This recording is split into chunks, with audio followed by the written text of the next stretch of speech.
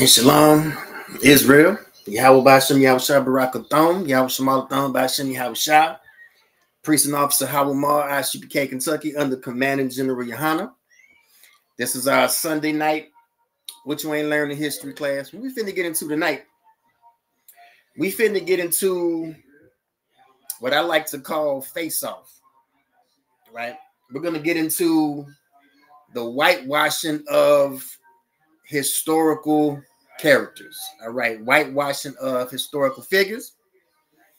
All right, so if you're not familiar with this broadcast, What You Ain't Learning History class, check out the playlist ISUPK Kentucky, What You Ain't Learning History class. This is our 30th episode. Now, before we get into it, I want to shout out ISUPK Kentucky all week, weekly content, Monday night history class, taught by Officer of 1,000 ISUPK. Tuesday Brotherhood class taught by Officer of 1,000 Bar. Wednesday law class, and every Wednesday night, 9 p.m. to 10 p.m., the baddest podcast around, Crowd Spare Not podcast, hosted by officers of 1,000 Bar and ISUPK. Come and get the biblical solution, the biblical breakdown of your entire timeline. Get the biblical solution to all of these viral videos going around the internet. All right, so let's go ahead and get into it, man. Let's get into it. What You Ain't Learning History class, episode 30. Face off. We're gonna get into the whitewashing of historical figures. All right. Now, first of all, the first quote on the screen is by Napoleon. All right, Napoleon is quoted as saying, "History is a set of lies that people have agreed upon." All right, history is a set of lies that people have agreed upon. And we're going to get into some of them lies tonight. We're going to bust down some of them myths tonight. And we're going to see if we can get y'all a clearer picture of What You Ain't Learning History class. So first slide. Now, since we're speaking of Napoleon, again, he's quoted as saying history is a set of lies that people have agreed upon. Well, since we're speaking of Napoleon, it's a lock, yeah. All right, this is a source. Napoleon and the Invasion of England, the story of the Great Terror, Volume 2, 1908. Here's your source. The said Napoleon Bonaparte is a Corsican by birth, about 5 feet 4 inches in height, of a swarthy black complexion and dark hair. All right, again, Napoleon and the Invasion of England, the story of the Great Terror, Volume 2, 1908. All right, Napoleon Bonaparte, a Corsican by birth, about 5 feet 4 inches in height, of a swarthy black complexion. Now, I didn't write this. All right, I didn't write this.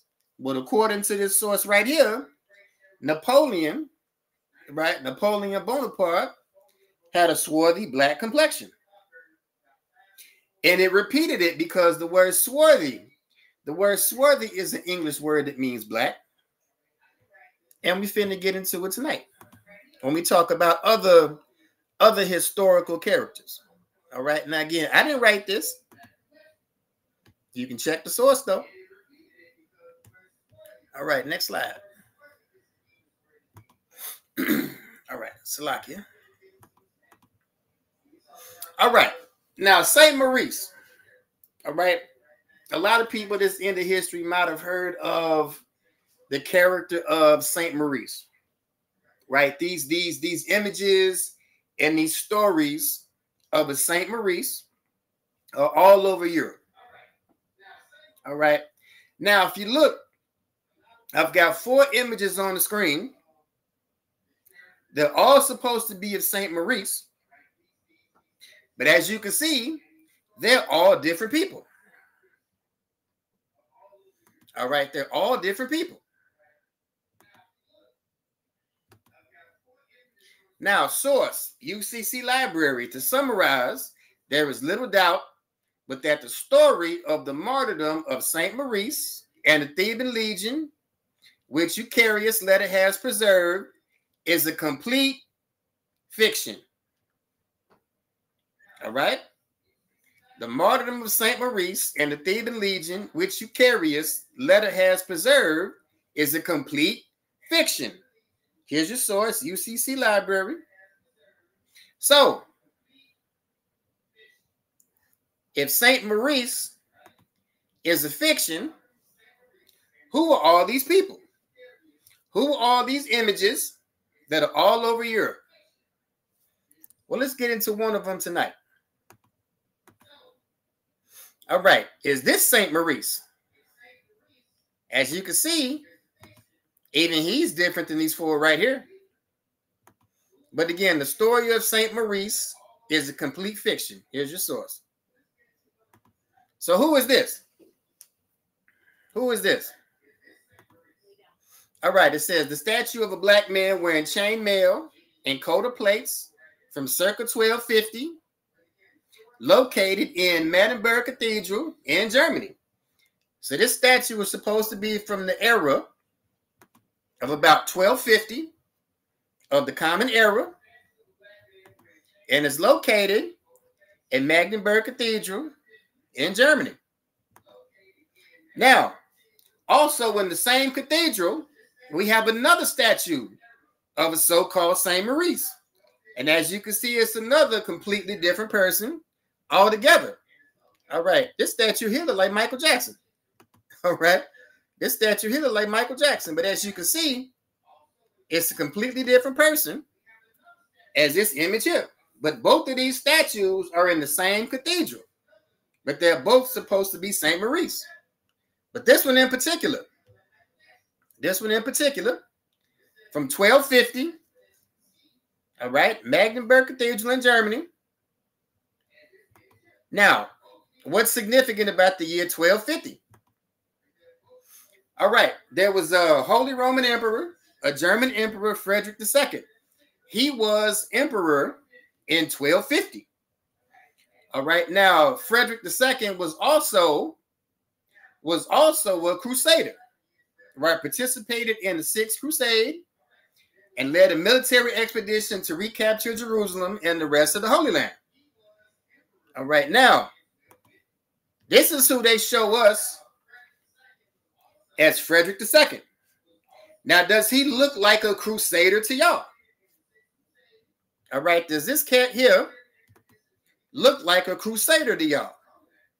Supposedly, Frederick II led the Sixth Crusade to recapture Jerusalem and the rest of the Holy Land.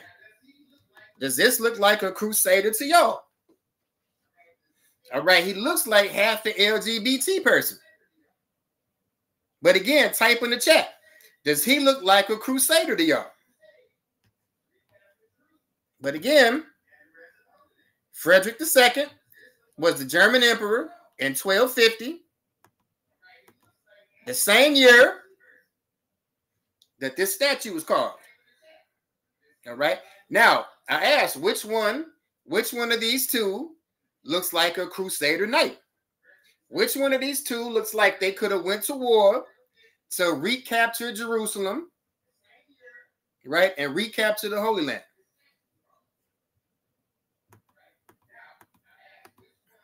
Now, this right here is the father of Frederick II. This is Frederick I.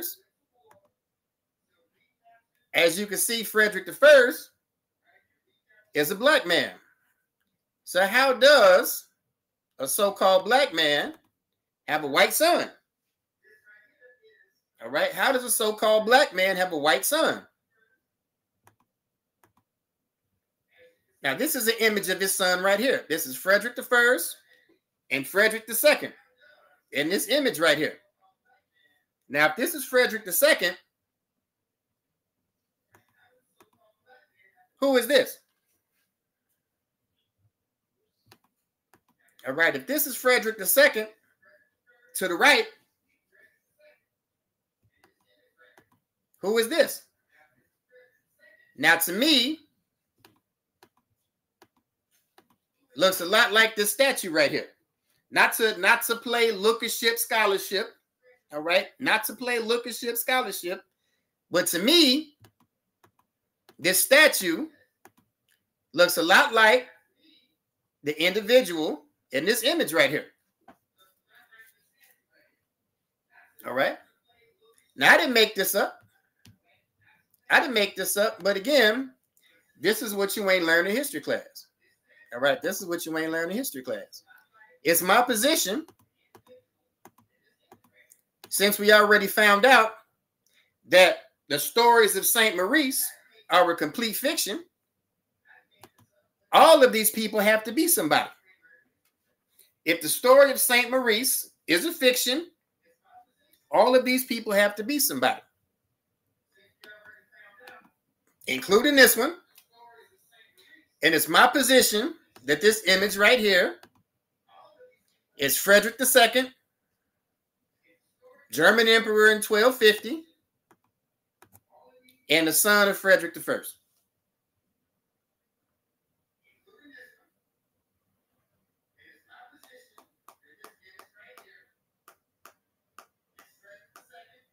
All right, next slide. All right, Charles V. All right, Charles V, an important historical character. All right, Charles V. All right, born in the year 1500, died in 1558, Holy Roman Emperor. Now, when we're talking about the Holy Roman Empire, we're talking about Germany. All right, Archduke of Austria, King of Spain. He was the head of the House of Habsburg during the first half of the 16th century, and his dominions in Europe included the Holy Roman Empire extending from Germany to Italy, and in the Americas, he ruled the continuation and long-lasting colonization of the Spanish in the Americas. All right, so Charles V was the emperor of the Spanish colonies during the 1500s. So during the time of the Aztec occupation, during the time of the Inca occupation in Central and South America, Charles V was the emperor and the ruler over these Spanish colonies in the New World. All right. And this is who historians say is Charles V. Well, let's go to this source. Battle of Pavia, 24th of February, 1525. Charles V was a swarthy man. Now, we're going to get into later the word swarthy is just a word that means black. So my question is, swarthy where? All right, it says Charles V was a swarthy man. I say swarthy where? Show me. All right, swarthy where? All right, next source. Alexander Pope. Works of Alexander Pope with notes and illustrations by himself and others, 1770. Philip II was of a melancholic complexion. All right, melancholic has to do with death and sadness, and we know that black is the color commonly worn to funerals to represent death. So it's saying that Philip II is of a black complexion that he derived from his father, Charles V. So Philip II, the son of Charles V, had a black complexion, just like his father, Charles V, had a black complexion. So who is this? If the sources say that Charles and his son both had a black complexion, then who is this? Again, we're talking about whitewashing of historical figures. All right. Other question is, who is this? Now, a lot of these paintings you'll find are painted around the same time period.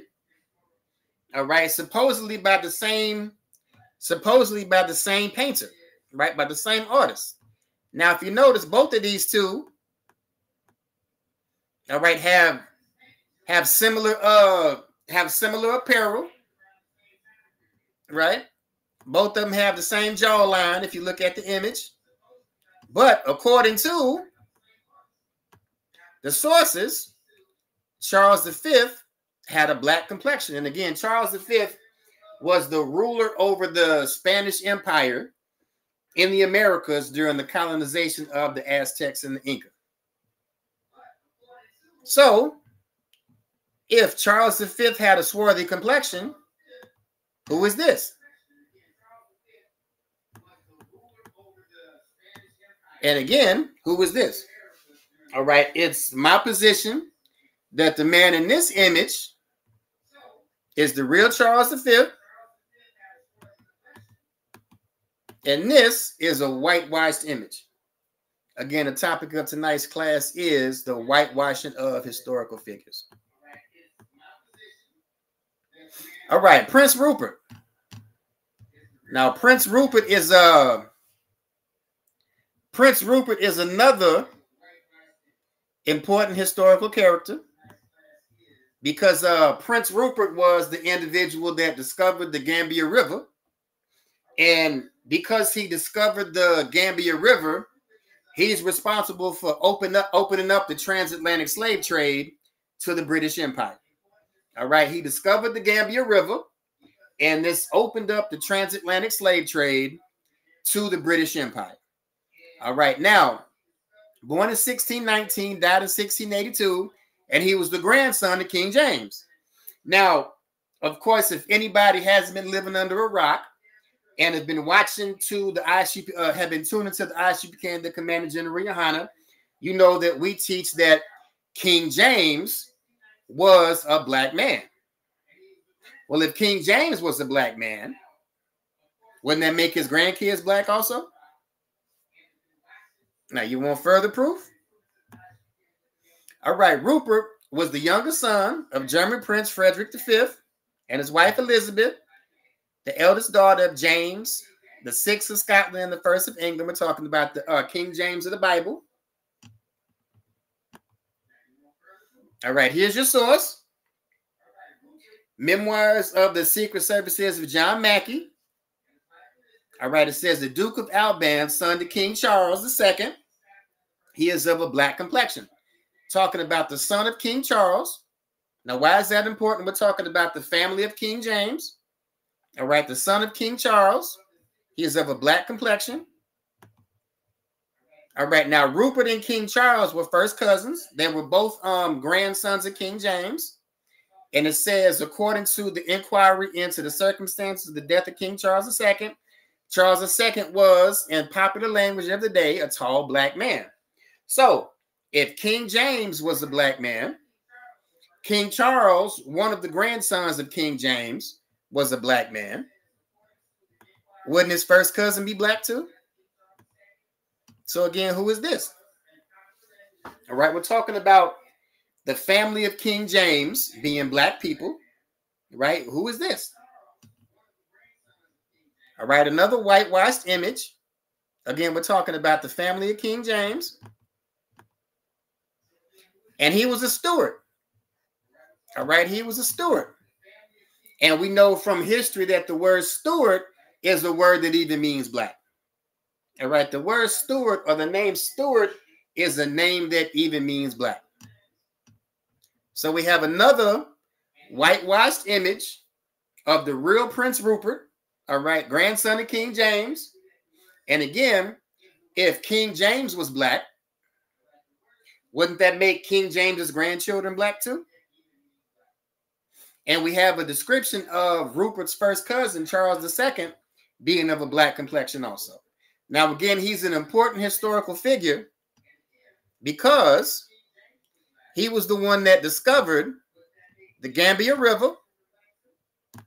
And because he discovered the Gambia River, he opened up the transatlantic slave trade for the British Empire. All right. And again, the grandson of King, one of the grandsons of King James. All right. Next slide. All right. James Francis Edward Stuart. All right. James Francis Edward Stuart was a part of the Jacobite Rebellion. He was a part of the rebellion to put the Stuarts back on the throne.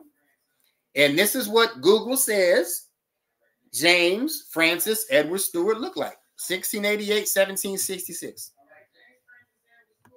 All right. So we're also talking about another member of King James's family. See, when you make King James black, you open up a can of worms. All right. Because King James had a mama and a daddy, right? Grandma, grandpa, brothers and sisters, cousins, nieces, nephews, children, and grandchildren. When you make King James black, you open up a can of worms. All right. Source: James Francis Edward Stewart, The Old Chevalier, Martin Haley, 1907. All right. The chronicler describes James as of a light brown complexion with a gracious air and a little melancholy. Well, according to the source, James had a light brown complexion. So if James had a light brown complexion, who is this? And again, we're talking about the family. We're talking about the family of King James. Again, when you make King James black, you open up a can of worms. Because again, King James had a mama and a daddy, grandma, grandpa, cousins, nieces, nephews, aunts, uncles, children, grandchildren, great-grandchildren. All right. And again, it says, according to this source, James had a light brown complexion. All right. Another whitewashed image of the real James Francis Edward Stewart. All right. A whitewashed image of the real James Francis Edward Stewart. Like I said, you open up a can of worms when you make King James black. All right, so member of King James's family. Here's the light brown complexion, according to the source. I didn't paint any of these. All right, I didn't paint any of these. I didn't Photoshop any of these. All right, these are historical figures that have been whitewashed. All right, Marie Antoinette. All right, Marie Antoinette. All right, 1755 to 1793. She was the last queen of France prior to the French Revolution and wife of Louis XVI. Now, keep in mind she was born in 1755.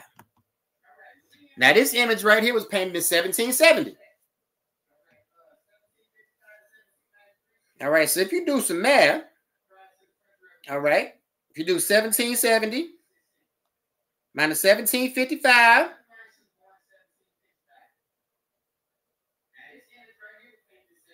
all right. So according to when this was painted, when this was painted, Marie Antoinette would have been 15 years old. All right, again, Marie Antoinette, born in 1755. This famous painting of Marie Antoinette was painted in 1770. When was the last time you seen a 15-year-old with gray hair? When was the last time you seen a 15-year-old with gray hair? All right. Again, she was born in 1755. This was painted in 1770. When was the last time you seen a 15-year-old with gray hair? All right. Here's your source. Josephine Wilkins, Louis XIV, The Power and Glory. Marie was not considered beautiful by the standards of the day, which required a pale complexion, blonde hair, and blue eyes. Marie was blessed with an abundance of dark curls, a swarthy complexion, and brown eyes. So an abundance of dark curls, a swarthy complexion, and brown eyes. Who is this?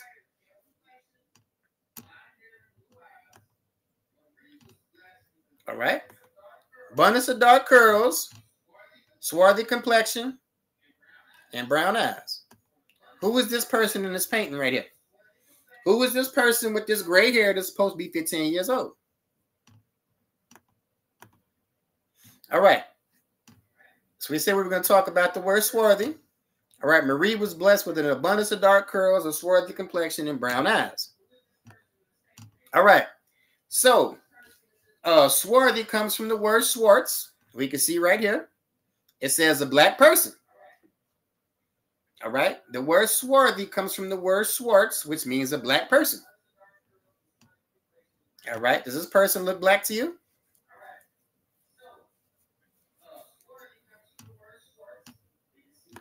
So again, swarthy comes from the word swartz. And swarthy means dark colored, especially a skin, an unexplained alteration of swarthy, swarthiness, which again comes from the word swartz, which means a black person.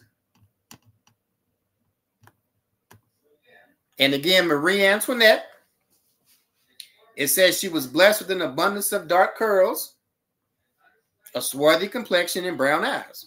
And again, that painting was supposed to be painted in 1770 when Marie was 15 years old. Now we see a young woman here, all right, with the pearls, all right, with the royal pearls that Marie Antoinette had on the day she was executed and beheaded. All right, here's the pearls of Marie Antoinette that she was wearing when she was executed and beheaded.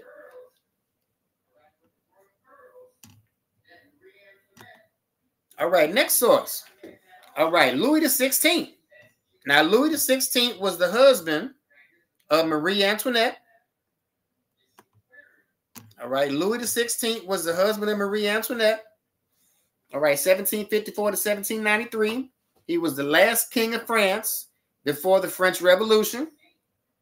And Louisville, Kentucky is named after him.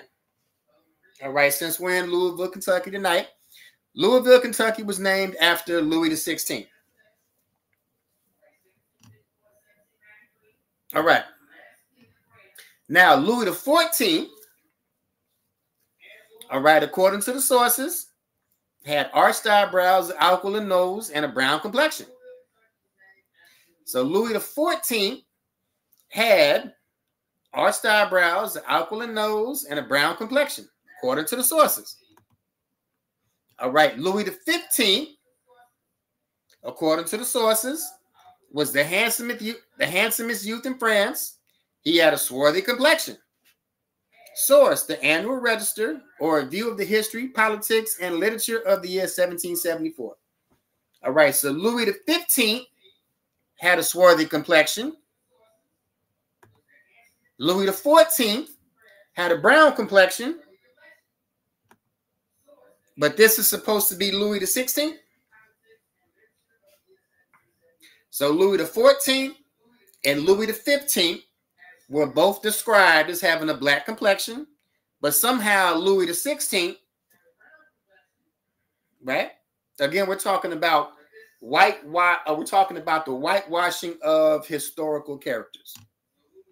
All right, so again, Louis XIV had a brown complexion.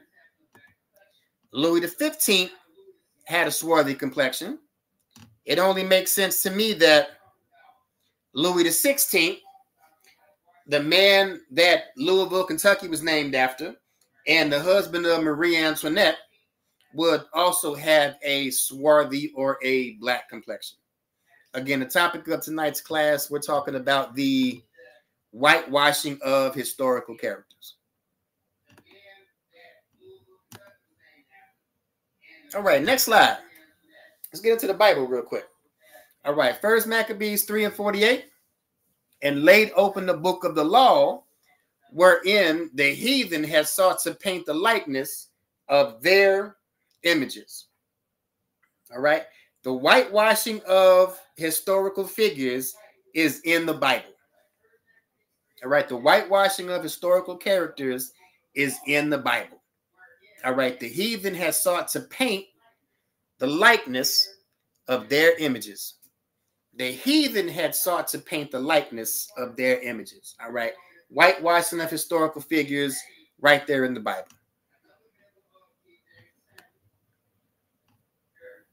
All right, so let's drop that.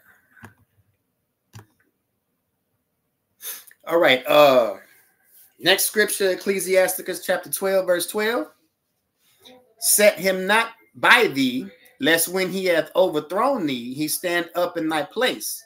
Neither let him sit at thy right hand, lest he seek to take thy seat. And thou at the last remember my words and be pricked wherewith. So the Bible's talking about never let him sit at thy right hand. All right. Never let him sit at thy right hand unless he'll try to take your seat. All right. Unless he tried to take your seat. All right. This is what happens when we come amongst the heathens. This is what happens when we choose to integrate with our enemy. All right. They take everything from us, from our inventions. We know that blacks, Hispanics, and American Indians invented everything in this place, from the traffic light to the first open heart surgery, right? To the iron, right? Dry cleaning, right? It was a black woman that basically was the computer that put the spaceship on the moon. All right.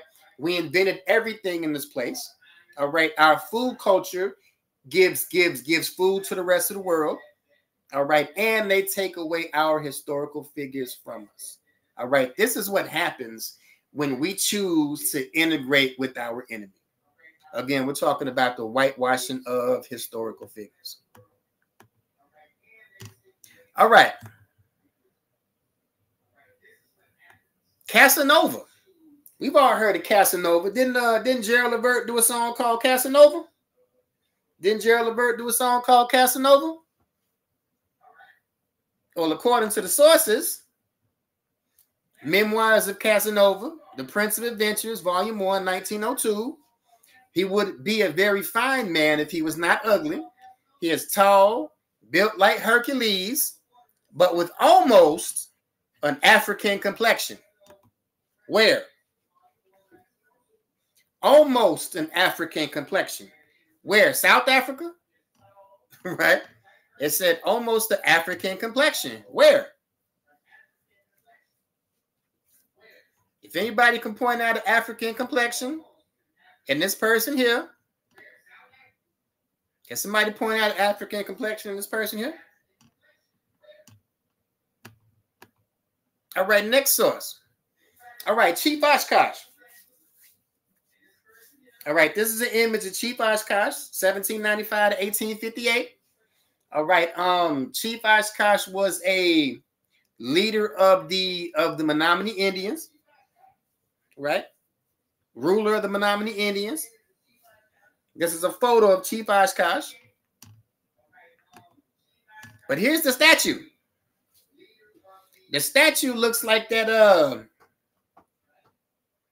I'm just gonna go ahead and say it. The statue looks like that faggot ass statue of David, right? Who is this? Who in the hell is this statue right here? This is an image. This is the actual photo of Chief Oshkosh of the Menominee Indians. But here's the statue that they made. It's sitting in Wisconsin right now. Why wouldn't they use a real likeness of Chief Oshkosh? Why wouldn't they use a real likeness of Chief Oshkosh? Well, we just read it in the scriptures. All right, set him not by thee, lest when he hath overthrown thee, he stand up in thy place. Neither let him sit at thy right hand, lest he seek to take thy seat. And this is exactly what's happened. All right, why wouldn't they use a real likeness of Chief Oshkosh and make this? All right, this is an embarrassment. This is an absolute fucking embarrassment. All right, let's drop that. Let's get into the Bible again. Book of Lamentations, chapter 5, verse 2. Book of Lamentations, chapter 5, verse 2. Our inheritance is turned to strangers, our houses in the aliens. All right, our inheritance is turned to strangers, our houses into aliens. So we even have a whitewashed image of a famous American Indian, Chief Oshkosh of the Menominee people. A real photo of Chief Oshkosh, and we have a whitewashed statue. All right, let's keep going. Let's walk it down. All right, Alexander Stephens, Vice President of the Confederacy. All right, Alexander Stephens was Vice President of the Confederacy during the Civil War. All right, this is the image that we get. All right, but according to the sources, all right, sometime member of the Confederate Congress of the Virginia Session Convention. All right, 1901. In personal appearance, he was very slender, his complexion swarthy, and he weighed less than 100 pounds. So I see the slender, I see the less than 100 pounds, but I don't see a swarthy complexion on this person right here. I don't see a swarthy complexion on this person here. We already broke down that the word swarthy means black. We already broke down that the word swarthy means black. I do not see a swarthy complexion on this person right here. Let's walk this down a little further. This is from the actual document. All right, member of the Confederate Congress of the Virginia Secession Convention of the Congress of the United States and President of the Virginia Constitutional Convention, 1901. Again, right here it says complexion swarthy. I don't see it. But let's take it a step further. Let's walk it down a step further. We have a black family that claims Alexander Stephens, Vice President of the Confederacy, as an ancestor. All right. Black family claims Alexander Stephens, Vice President of the Confederacy, as an ancestor. Now, they don't look related to this person here. They don't look related to this person here. All right, let's go. Amelia Earhart. Now, we've heard the stories. Amelia Earhart with the airplane. All right, she disappeared over the Pacific Ocean. Right, we've heard the story about Amelia Earhart. Now, we've also heard of another woman, a black woman, that lived during that same time period, named Bessie Coleman. All right, a woman named Bessie Coleman. All right, black woman from the same time period, supposedly named Bessie Coleman, but Amelia Earhart had a plane named Old Bessie. All right, Amelia Earhart had a plane named Old Bessie. And again, this woman here is supposed to be Bessie Coleman. Now, these two women also had the same kind of airplane and the same model car in the 1920s. So I looked her up. All right, World Air Sports Federation. This tracks all of the aeronautical world records.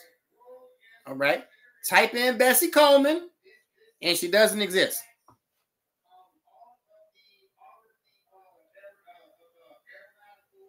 All right, let's let that sink in for a second.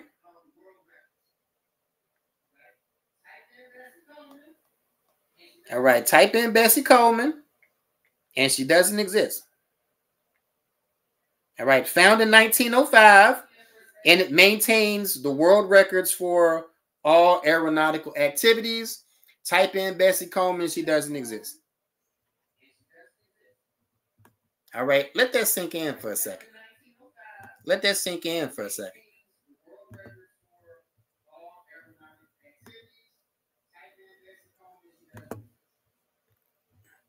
We're talking about more famous whitewashed historical figures. All right, let's walk. All right, Phyllis Wheatley. When you Google Phyllis Wheatley, the author, this is the image that you're going to get. Type in Phyllis Wheatley. This is the image that you're going to get. Born in West Africa, 1753. Died 1784 in Boston. But you Google Phyllis Wheatley, This is the image you're going to get. All right, Phyllis Wheatley, American author who is considered the first African-American author of a published book of poetry, born in West Africa, kidnapped, subsequently sold into slavery at the age of 7, transported to North America where she was bought by the Wheatley family in Boston. Here's your source. All right, Wheatley's biography, a white woman's memoir, that's interesting, has been a subject of investigation. The 2020 Age of Phyllis was published based on the understanding that Margarita Odell's account of Wheatley's life was portrayed inaccurately. Now again, when you Google Phyllis Wheatley, this is the image that you're going to get. Now, the first thing you should notice right away is Phyllis Wheatley was born in 1753. She died in 1784. There's no cameras at this time, y'all. There's no cameras at this time. Now I'm going to take it a step further. You type in Sarah Forbes Bonetta, and you get the same image. You type in another historical figure, Sarah Forbes Bonetta, and you get the same image. Now, I know I ain't crazy, but how is Phyllis Wheatley, died in 1784, the same person as Sarah Forbes Bonetta died in 1880? Now, what's even worse is this photograph was taken in 1837. This photograph was taken in 1837.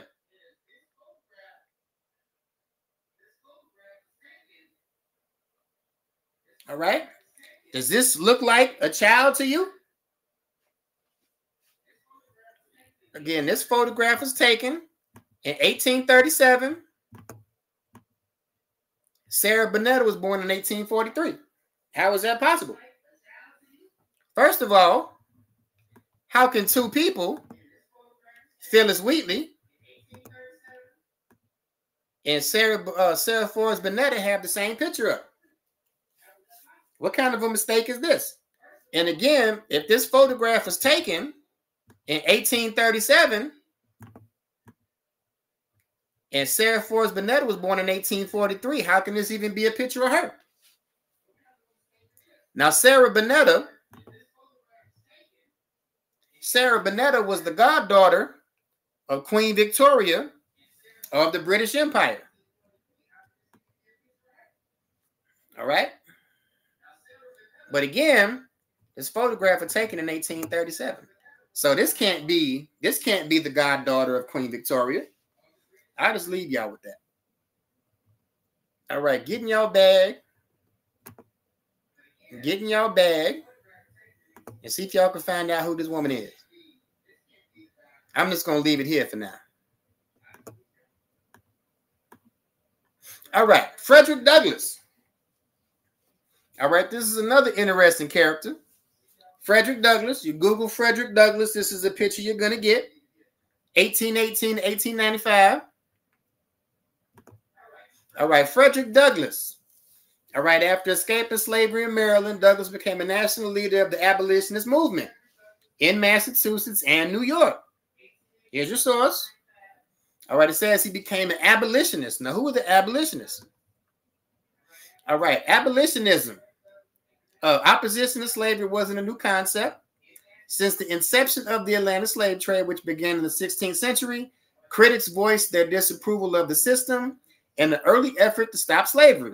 The American Colonization Society, founded in 1816, posed the idea of freeing slaves and sending them to Africa. So an abolitionist not only wanted to free slaves, but an abolitionist wanted to send freed slaves to Africa. So Frederick Douglass, the man in question, was a part of the Back to Africa movement. All right, Frederick Douglass was a part of the Back to Africa movement, started by the American Colonization Society. And the American Colonization Society was started by an oppressor. All right. The Back to Africa movement was started by an oppressor named Robert Finley. All right. The Back to Africa movement was started by an oppressor named Robert Finley. And again, the abolitionist movement was all about sending Black people to Africa. This is what the abolitionist movement was about. So Frederick Douglass was all about sending Black people to Africa, and the Back to Africa movement was started by an oppressor named Robert Finley. Now, Robert Finley and his American Colonization Society was established to address the prevailing view that free people of color could not integrate into society. White Americans believed that Blacks were inherently inferior and therefore should be relocated. White people started the Back to Africa movement. White people did not believe that we could integrate into society. White people believed that we were inferior and wanted us relocated. All right, this is what Frederick Douglass was all about, was sending Black people to Africa. So how did they do it? They got the Black church involved. All right, they got the Black church involved. 3 men, Richard Allen, Absalom Jones, and James Forten. Coincidentally, they were all Freemasons and Black founding fathers of the United States of America. You can look it up. All right, January 15, 1817, these 3 men called a meeting to discuss the American Colonization Society. Again, was started by an oppressor named Robert Finley in front of a 3,000-member congregation. Again, they tried to promote this Back to Africa concept through the Black church, but not a single member of the church wanted to go. Well, I wonder why.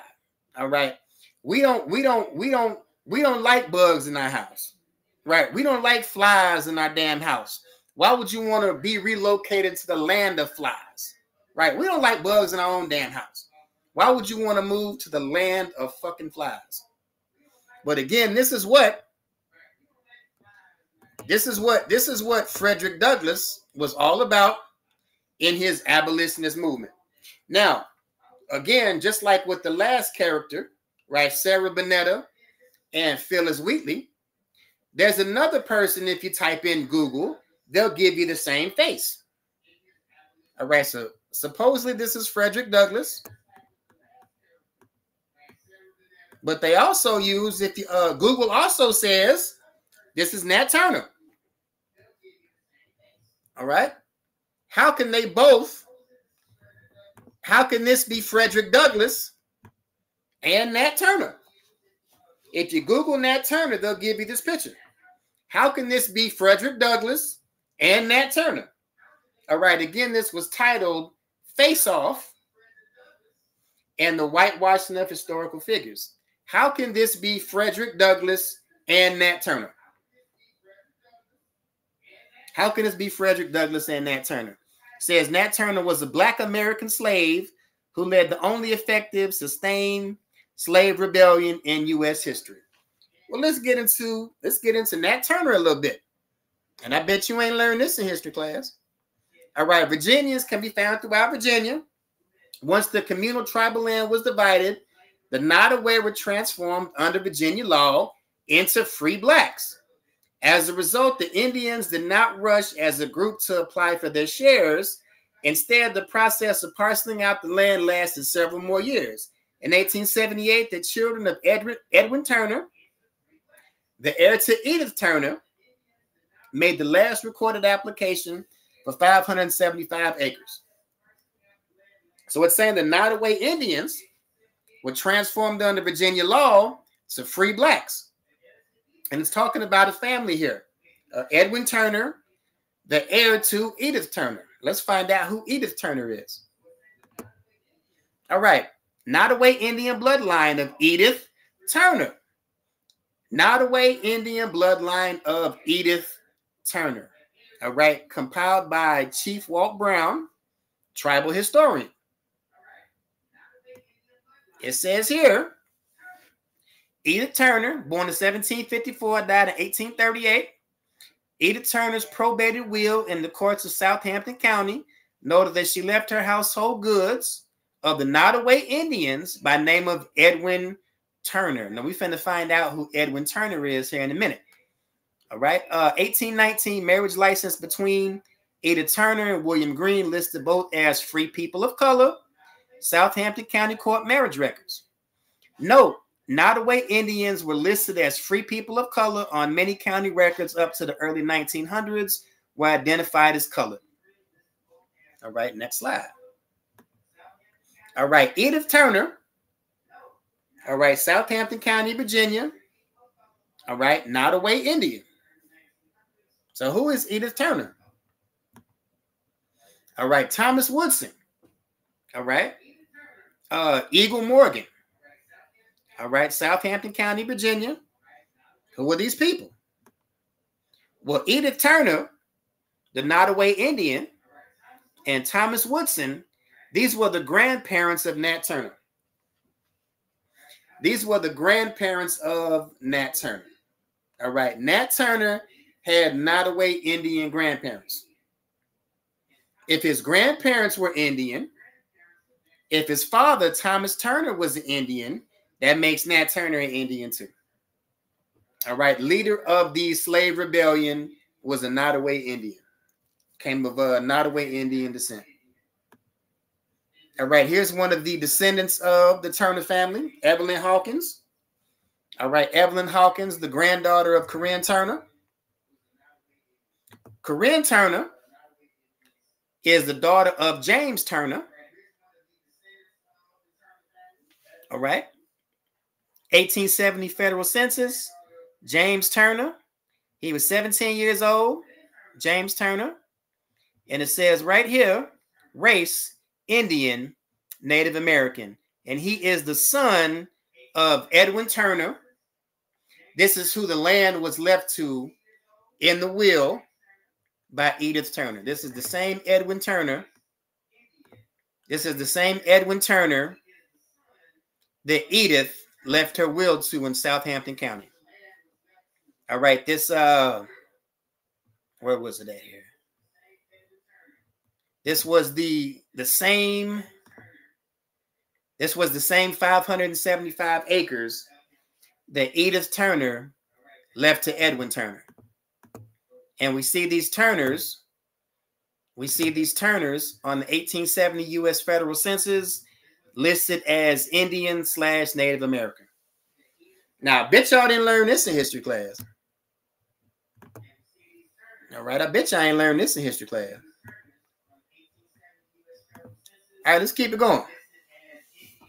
All right, source. Cannibals All, or Slaves Without Masters, 1857. In the history of the world, slavery, Europeans were commonly held as slaves. And the enslavement of Africans was a relatively new historical development. It was not until the 18th century or the 1700s that the word slave and African become nearly synonymous in the minds of Europeans. So what is it saying? Not until the 1700s did the word slave and black become synonymous, because we know that black people are not Africans. All right, we know that black people are not Africans. But it wasn't until the 1700s that the word slave and black became synonymous.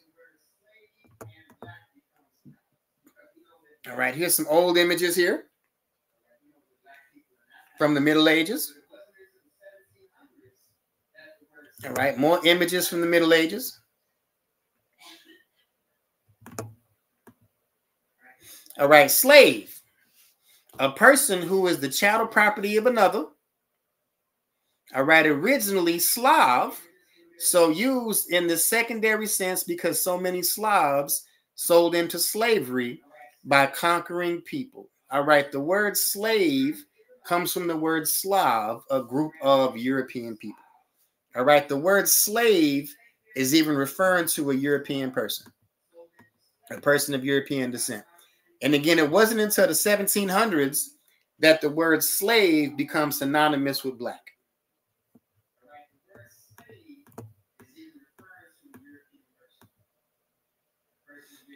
All right, here's the image of a white slave here. Here's the image of a white slave. Right, another image of a white slave.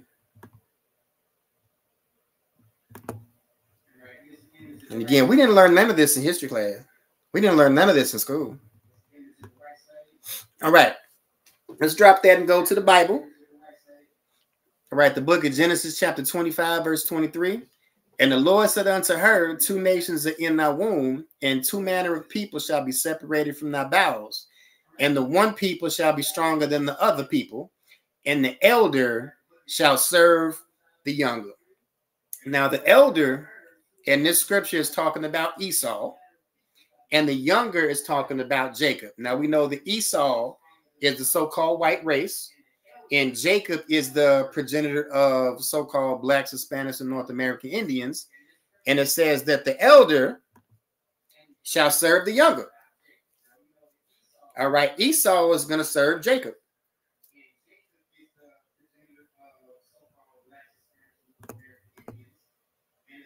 All right.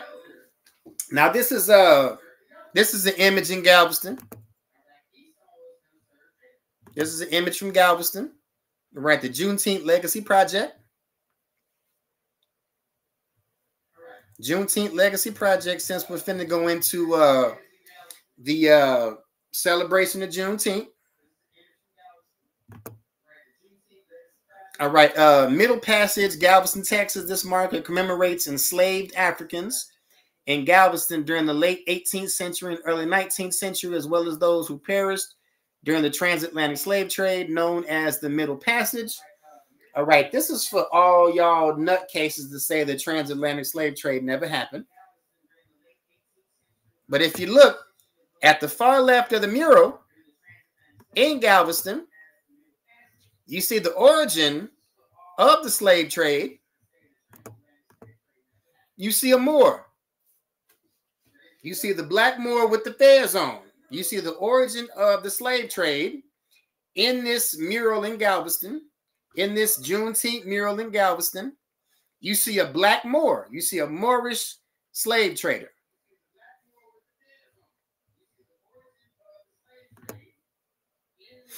Or before we go ahead and end this, we got an image of John Tubman. All right, John Tubman, husband of Harriet Tubman. You see Harriet Tubman right here.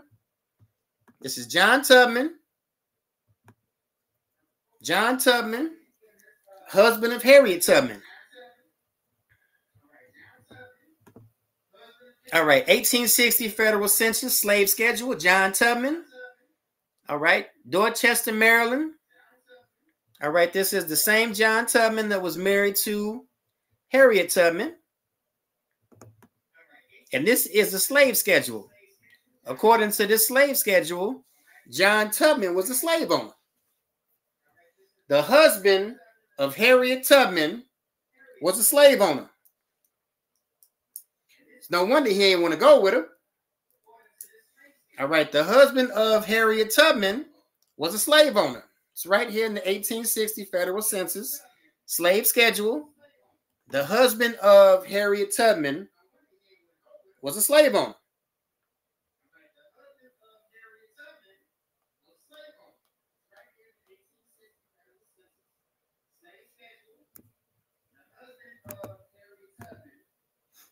All right, so we'll go ahead and end that here. All right, this is What You Ain't Learning History Class, episode 30. But before we end it, all right, I want to shout out Midwest Fire Weekend. All right, August 1st through the 4th. That's Thursday through Sunday. ISUPK Detroit presents the Midwest Fire Weekend. All right, Midwest Fire Weekend. All right, itinerary. All right, Thursday, August 1st. All right, Thursday, August 1st. Scripture breakdown. 12 Shield, General Hyman. All right, 12355 Gradier Avenue, Detroit, Michigan. 7 p.m. to 9 p.m. Scripture breakdown. You don't want to miss it. 12 Shield, General Hyman. And Roundtable of Truth podcast. That same Thursday, 10 p.m. to 12 p.m. All right. Commanding General Yohana, 13 Shield, Commanding General Yohana. Are demons real and are they among us? A real conversation, 13 Shield, Commanding General Yohana, 6 p.m. to 9 p.m. Again, 12355 Grady Avenue, Detroit, Michigan. And this is going to be Friday, August 2nd, 6 p.m. to 9 p.m. And Sunday, August 4th, Midwest Barbecue, 11 p.m. to 8 p.m. All right. Detroit, Michigan, 12801 Chandler Park Drive. And with that, shalom. Yahweh B'Shem, Yahweh Shah Barakatham, Yahweh Shemal Atham, B'Shem, Yahweh Shah. Class dismissed.